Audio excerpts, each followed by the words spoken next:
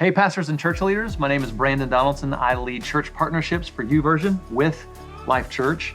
And we have been talking about hybrid church lately, what it is, what it isn't, how you can embrace this hybrid church mindset. And I just want to remind us why we're talking about it, because our mission is critical. All of our missions are critical. And so we definitely don't want the method or the medium to get in the way or trump the mission. Mission is always first. So just to recap, what do we mean when we're talking hybrid? The idea is that we're creating an integrated, seamless experience, both in physical attendance and online experiences for our church. So this is in-person and online working together. It's a both and, not an either or.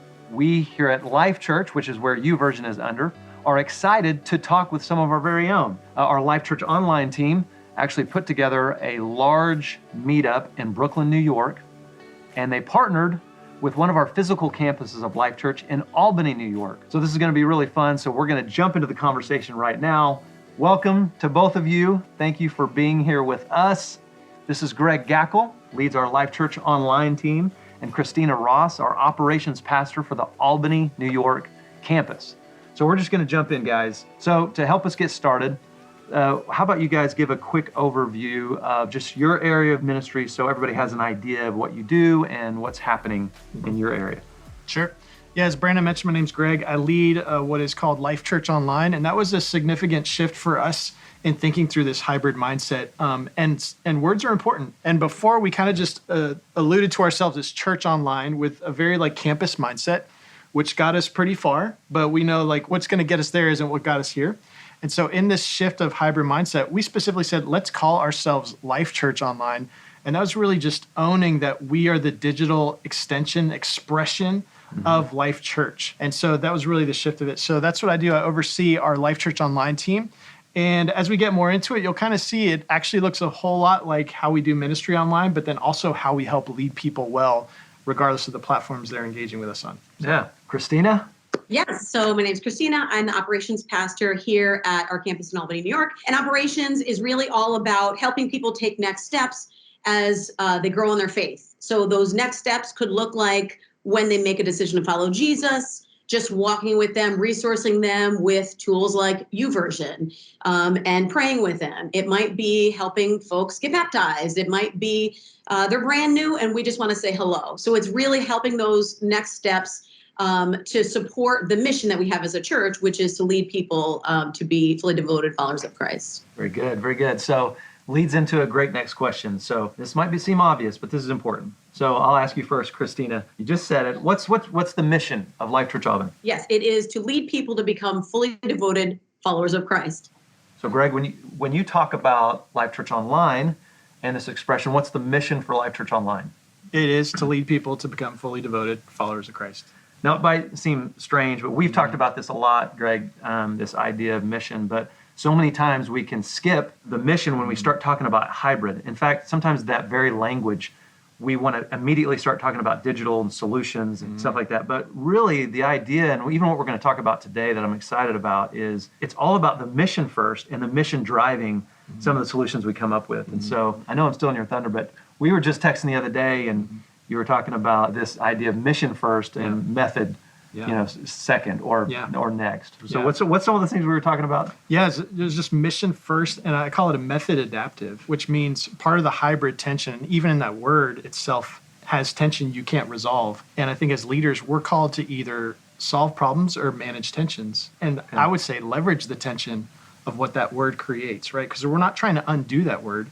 It's just that the methods of how we reach people is going to be mission-centric first. And then whatever method is going to help them reach their journey in Christ, whatever next step they want to take, whether at a campus or digital or both, digitally connecting at a physical campus or digitally connecting and in a physical space that we're reaching them in another part of the world. That's just a hybrid tension we're not going to resolve, but we're going to leverage it. Well, and it might continue to change. Mission first, method flexible. Yep. Mission always. Yes. Method adaptive. Part of leading people to become fully devoted followers of Christ is leading them to engage in community. So I wanted you guys to share a bit about what it looks like at campuses and at Church Online when you're talking about this mission. Here in Albany, we have been known as the most post-Christian city in the nation. Now, we're not number one anymore, but the reality is a lot of times yes, thank you, Jesus. When people come to Jesus, they're often, like on a weekend during a service, they're often leaving and going home to family members who don't know Jesus, to coworkers who hate Jesus, and to Walmart where it's just difficult to do life. And so we desperately want to help people find godly community because they can't do faith alone. Not just, faith alone is hard enough, but in this environment where everything is trying to choke it out, it is vitally important that we get people in community. So for us, we are constantly practically begging people to find that community. And there's a few real practical ways we do that. One is we're always encouraging people to serve at church. And it always seems like we want them to do something. But once they start doing it, they realize what they're getting out of it. They're getting people and church family and connections that go on from week to week and actually trickle in during their week. Another huge thing for us are life groups. For us, life groups are just groups of people that meet together at some point during the week, whether it's at a house, at a coffee shop, or on Zoom, whatever it is. Maybe they're reading the Bible together. We actually had a poker group meet together. And so it's like, who cares why you're meeting? But the common thread is Jesus. And when we encourage people to do that, they always regret not having done it. Or waiting so long, but they're always so thankful that they've done it, because then when they go and, they're fighting for their faith, they have people to fight with. Yeah, it's good. Yeah, I'd say a lot of consistencies in just how community is leveraged even through Life.Church Online. We say at the heart of it, we want everyone to feel known and needed. And that's every relationship that God brings into contact with us. And part of that isn't just reliant on the staff knowing the attender. It's really the attenders knowing each other. And that's really the heart of the community that we're trying to drive. And what we don't want to be is a roadblock or bottleneck to the method in which they are going to provide that community or leadership to one another. But we want to give them as much tools in their belt to connect with one another as possible. And so we just try to remove the constraints, but provide the tools for the mission of connecting people to people. And so how that plays out with Life.Church Online is we'll hold services all week long. Currently, we're at about 90 services online. We have a community that they can engage in chat throughout the service. Right. They can engage in live prayer, connect to someone who's praying with them. And as well as Christina mentioned, we have groups too that people connect to one another on their own time, their own schedules, and lead in their own ways, whether it's tied to an interest that they have, whether it's tied to the content for the week or other resources that they're engaging within the Bible. So, or just plans with friends in the Bible app as well. So. Yeah, and I know our campuses do that as well. I know this is, and even some of this is that hybrid thinking, but I'm excited to jump into this idea. And I hit a lot of digital examples, but the new terrain we're in right now is as we understand more about our people and where they're located, we're trying to connect them physically to one another. That is the hybrid overlap of we know we have a digital door that they first entered through to connect in relationship, but now we know there are people actually within vicinity of one another that they could join together at a coffee shop physically and have a group meeting too. And we were talking about this sort of follow-up, and you sort of answered it, but it does lead into it, is this idea of, can community really be fostered online? And I know how we feel about it, but as we're talking to pastors, other pastors are hearing this. Sometimes that tends to be a roadblock, the way they think through that. But what's your thoughts when you think about, can online community really be fostered or built up using digital tools?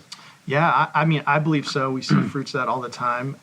It requires just intentional connection and relationship, right? It's no different from physical, that you are frequently meeting together. There is a mutual relationship that you are growing one another, challenging one another, and you're praying for one another. Like everything Scripture says the church should never give up doing, you can do digitally. Digital is just the tool, but it's still in concept applies to community, how we meet digitally as well. Well, I'm excited about this. There's different ways you could do that too. You can start here, and then this enhances it. The digital could enhance. Mm-hmm. But this is a unique story, and one that we wanted to share was this Brooklyn meetup. So we want to talk about this Brooklyn watch party. Is that what we called it? The Brooklyn watch party. And how did that start? What was the goal there for Church Online? Tell us a little bit about that. Sure. So we were just kind of following the breadcrumbs of several different events and just understanding our community.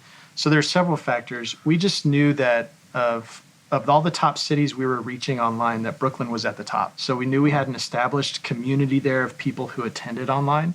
And then we had close to 20 life group leaders that were actually leading groups that came through Life.Church Online. And then there was just some cultural things we were paying attention to. You know, all the COVID restrictions were lifted at the moment. And we knew just New York and that area was hit hard. And then, of course, there's the relationship we have with Albany, New York, and our campus there, knowing we've got boots on the ground within driving distance to connect. And that distance is about It's like an hour. Is it an hour and a half, 2 hours? Yeah, 2.5 to 3 hours, depending, how much traffic there is. And so we had an event coming up around global baptism, which meant all of our campuses were baptizing the same weekend. And on the heels of that, we were promoting these, what we called watch parties through our that series we just got out of. And we're like, well, how about we do this watch party to this group in Brooklyn and just gather as many people as we can and even see who might want to get baptized. So we created this event. We had worship. The Albany team brought their worship leaders. We had everything that looked like a Life Church service within a venue that we rented. And we had baptisms. We baptized 9 people through that. We saw 12 people accept Christ through this event. It was really just a beautiful picture of both the physical church and the digital church coming together to see what God would do. And he showed up. Yeah. I would love to hear from you, Christina, some of the wins. From your perspective, what did you see? There was a bunch of things. So just for clarity, so we are in Albany, New York, but the closest Life Church location is, 1,500 miles away. So even though there are lots of campuses, we're a little bit on an island. So when we heard, hey, we're doing this physical thing 2 hours away, and it's the city, which is like so cool, we were like, of course we want to be a part of it. So honestly, we brought a team of staff, we had interns, but we also got to bring some volunteers that could help with things specifically operationally that they would do on our campus anyway. So it was so special because I think one of the things it did is it just helped us feel, again, like we're a part of the larger Life Church organization. Even though it was out of the ordinary and kind of a special event, it was really special in that way because we got to connect with so many staff that we don't usually see because you're so far away. But also, not for nothing, when you're in a car for 2 hours with your volunteers, you learn stuff, So it was awesome. Normally, we would spend maybe an hour together on a weekend. Here, we had 2 hours back and forth, and it helped us develop just stronger relationships. When you're having to drive in New York City traffic, you're working under duress, and great things come out of that. So we know each other so much better. But it was also really special to develop relationships with the attenders that showed up. Basically, anybody that lives in the city, they typically have connections upstate, like where we live. So it was so special to develop relationships. I have Facebook friends with every single person I met so that, we could continue this relationship. And it's been cool because even since then, folks that were there, got baptized, have come to visit us at locations. These are folks that otherwise have been attending church online, and that's their community. But now they have an extended sense of community because when they come up to Albany for the weekend, they're able to pop in and we can be ready for them. And it's just been really special in that way. Yeah, it's so cool. There's so many ways to go here. I know there's a lot of stories that we want to hear through it as well. But just for clarity, I know some people might not be familiar with this. You talked about it a little bit. Just practically, though, real quick, on how the campus, you said there was worship. We had our campus pastor from Albany that did some of the stuff. We actually had baptisms and then watched the message. So, and then, Christina, your team is helping run that just like you do at a campus, but you're running it in a venue that you guys got down there. Is that? Yeah, we combined what you would imagine you'd see at a Life Church physical campus. And then we also had online elements. So part of even going there and capturing what God was doing was to share it with the larger organization across all campuses. So we got to show the video of people getting baptized along with other people at campuses and around the world. And so part of it was like, let's get a glimpse into who our family is, but let's celebrate that with the whole family too. So a lot of other just creative things that came out of this that we weren't fully anticipating or expecting. Well, it probably leads to the next question then.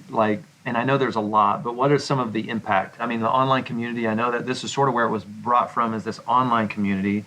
So, but maybe some stories or some impact that you guys have seen. I'll let Christina jump in if you want to share some. We got a lot to share. Yeah, one thing specifically comes to mind. So we did baptism, but one of the things we always do is we do a baptism meeting prior to the actual baptism. So they know what they're doing and they understand the heart of it and just the details. And as I'm just kind of asking, where is everybody from and, what their story is. So they all attend church online. And it was cool, even in that conversation, they realized that some of them attended church online together. And they're like, all right, well, what's your handle? What's your handle? And so now they know each other online. And one of the dudes who kind of goes randomly every single week, I was like, okay, you need to start going Sunday morning at 9:30 because now you know your church family. So that was really special.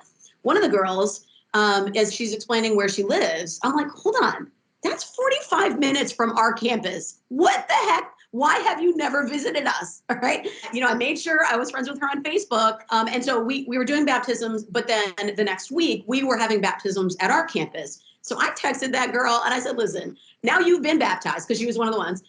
You helped out with baptisms. I need you to get your butt to our church to help us then baptize all of these other people. And sure enough, she came to church that weekend. And it was so special because she walked in and first of all, she already knew so many faces, but she's a part of the Life.Church family. So even though this was the first time she walked into our campus, this was still her church home. And it was seamless in that way and super special. I was sitting by the front door just waiting as people were walking by just before the event, and this guy walks by, kind of shorter, stocky, older guy, and he introduced me to himself as Vito, and I was like, hey, Vito. He was early, so I thought, just is he checking it out? Just had questions, and as I was talking to him, I realized, wait, are you getting baptized? Because we had this whole crew coming early who were getting ready to get baptized, and he's like, no, I'm not. I'm just coming here because I knew you guys were here. He's like, but I'm getting baptized next week, and I was like, wait. So you decided to get baptized. Where are you getting baptized? And he's like, no, I actually bought flights to go to Oklahoma because he's in a life group with someone who's in Oklahoma digitally. And he knew we were doing global baptisms the next week at that campus. And so he'd already bought his flights to fly to Oklahoma to get baptized. But he's like, but I heard you guys were going to be in Brooklyn, so I came to just celebrate with you. And so what was cool is even that connection relationally. I mean, you hear about Christina connecting with someone who was online, who's close to them. Yeah. I connected with someone in Brooklyn who was online, but actually going to be in Oklahoma the next weekend, and actually got to see him and hug his neck after he came out of the baptism pool. And so it's just cool to see the dynamics of we are one church, regardless of location, regardless of where someone chooses to get baptized or where we provide that opportunity. And so that was one cool story just came out of it too. So this is what I love about the idea of hybrid. Regardless of what it does in your mind, like the idea of hybrid is that we're just trying to create, this seamless kind of experience for the Vitos. Yeah. That wherever they come, like if they walk into a campus or they go to Albany or they come online or they come to a meetup, that they're getting the same thing and able to take the journey that God has them on, take the right next steps. Yeah. And so I know there's so many more stories. We've talked a whole lot, but when you're thinking about just this topic of hybrid church, and not everyone has a church online, maybe like ours, or where we are, maybe strategically, or their mission and the way that they fulfill that is just a little different. That pendulum might swing a little differently. How would you encourage them when you're thinking about hybrid church? I know you think about this a lot because you're thinking about this for our whole church. Church Online happens to be a piece of it, but what's some of the things that you would say to those pastors that might not be, they're not Life.Church, they're not like us, but yet they're leaning into the very same season we are? Yeah. I mean, I know on the full spectrum, and I've been in ministry for 20 years, so even seeing how when digital was just first introduced to the church, how that shifted things. Yeah. And I know we're on different levels of adoption and different technologies, and that's okay. When you talk about hybrid, it really is the merge of digital and physical, and how those experiences can be leveraged to lead people, right? And how you can adapt within those as well. And I think even the formation of the Bible in itself was at a time where technology was on the rise. You think about the Roman roads, you think about scribes and interpretation and just writing down things on letters, and like that was the technology of the day that that was used to advance the church and the gospel. And so part of hybrid is just learning, being educated, getting the people who are passionate about it around the table to understand the method of digital or the tools that we have at our disposal, in addition to how we can, enhance the physical connections as well, so that you can be adaptive and flexible in both arenas as needed, or use them really together, effectively. So I know, Christina, this is, this idea, we were talking about this before, as we were thinking about this interview, but when you think about hybrid and what that sort of means for even Albany. I love how you were talking about some of the connections and those things. How have you sort of seen this digital play into so much of what you do at the Albany campus, and maybe even how this opened your eyes or helped you and your team's experience even a little bit deeper? What does that look like in your world? Well, I'll kind of go back to when life kind of shut down and our campus had to close because of quarantine. We went online. And so, I mean, we were blessed to already have the means and the resources. And so we shifted everything to digital. I mean, we were doing game nights online. I mean, we were doing everything because we wanted to stay connected to our people. We wanted to care for them. And because we weren't going to see them face to face, but also because of everything everybody was going through, we wanted to go over the top to stay connected. So then we got back in the building and we started to, reopen all those things. Well, I think it shifted certainly my mindset to, God forbid any of that should happen again. I don't want to lose any of what we learned and we gained during that time. And so one of the things that we just recently started doing, we're really pushing on growing our life groups. And a lot of those life groups meet in person, and like I mentioned, they meet online. But what we're intentionally doing is all of our volunteer groups, we're having them do YouVersion life groups. So it's plans with friends and that sort of deal.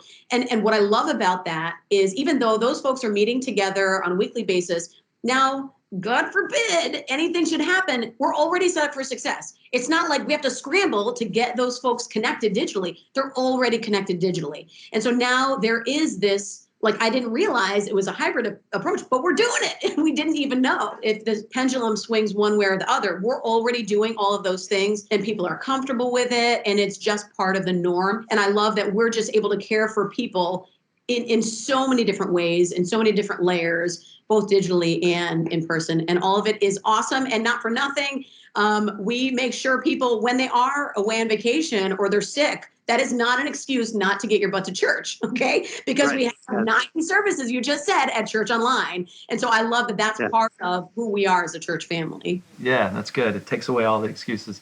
I love the thought, too, because we were talking about this, and sometimes people don't realize because hybrid can have so many of these, sort of separate ideas of digital and online. We've talked about this a lot, and we're really saying it really is the answer to some of the fears we had before COVID on online attendance. Is like, this is really what we're talking about is this hybrid approach, because our strongest relationships, if we look at any relationship, it's going to be hybrid.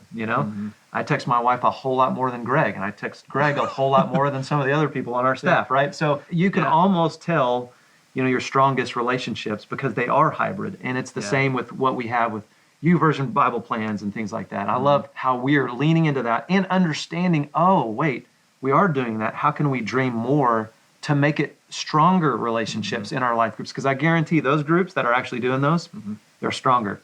They're stronger because of that Bible reading through the week and commenting to each other. So to close it up, Greg, I know this is a huge heart for you and some strategy that you've really thought through for our church.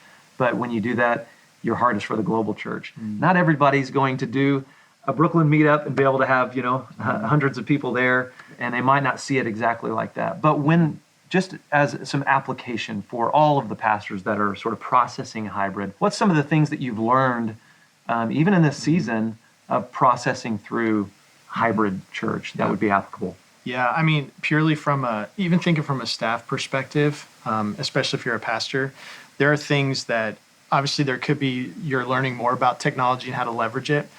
Even if you're further along and you have teams who are focused on this, the word integration was key for our team this year. Yeah. And that's really understanding that it is a highly collaborative approach across teams. And I would just caution not to just isolate technology to that's the team that just deals with that, because it's hybrid, right? It is, there's a team that's dreaming of how do we leverage and support and train and equip, but there's also an integration of how we leverage technology across multiple teams. And then the physical side too, that the mission is first, above the tool, above the method. We say innovation happens where passion meets constraint, and latest doesn't mean greatest. Right. So just because the technology is available doesn't mean it's the most effective means to accomplish your mission. And just because Life.Church uses it doesn't mean that your church has to or needs to use it. Exactly. Yeah. And so just stay hyper focused on your mission. Keep that why in front of every decision you make. Integrate, collaborate, reward that, even as a team, even with volunteers. and just embrace the tension and don't always try to solve it. And then the other piece I would say is just relationship management. And it's how we lead people, right? It's Right. how we lead people into their next steps. And the thing about hybrid is they might be connecting digitally or physically. And if I left them online in a live prayer session for a job interview that's coming up or for a marriage that's in crisis, I would want to make sure that if they connected physically to a campus that next weekend or that next day, that leader knows how to pick up where we left off. And so the heart of like how you manage the relationships that are coming through your digital doors or physical doors is the utmost importance, because that's the mission. Right. And so having the systems in place to understand your people appropriately and to lead them well is key. Yeah, well, I love it, and I'm so thankful for my teams. So it's sort of cool to talk to home team here. But I'm thankful for you, Christina, and all you guys are doing in Albany. It's so cool to even hear with this meetup for our whole church. Another great outcome of this was we all got to celebrate global baptisms at all of our campuses, including online and all around the world because of Church Online, like we never have before. So thank you guys for that. Thanks for joining us on this conversation. And we just want to say thank you for being a part of the conversation. We hope this is helpful. And I just want to encourage you and your teams and your staff to really talk through these things. What does that mean for your team when you're thinking hybrid church, integration, collaboration, mission? Going through those things as a team are going to be huge. And remember, there's a lot more conversation and information around hybrid church at YouVersion.church.